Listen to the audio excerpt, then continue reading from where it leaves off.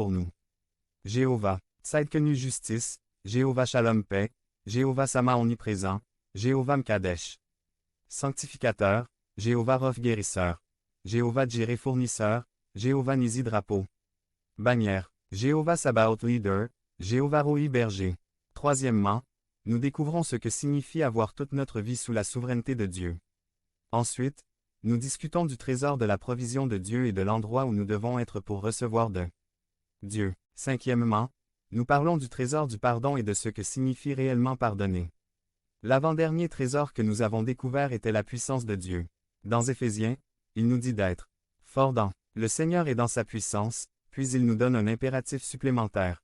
Revêtez toute l'armure de Dieu. Nous découvrons que Dieu est tout-puissant, mais il n'impose pas sa seigneurie et son pouvoir si nous ne lui donnons pas ce droit sur nos vies. Finalement, le trésor d'aujourd'hui était un éloge.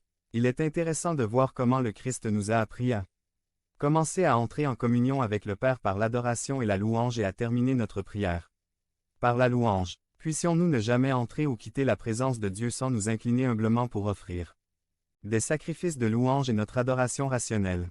Que notre attitude soit comme celle de David lorsqu'il proclamait « Béni sois-tu, ô Jéhovah, Dieu d'Israël notre Père, d'éternité en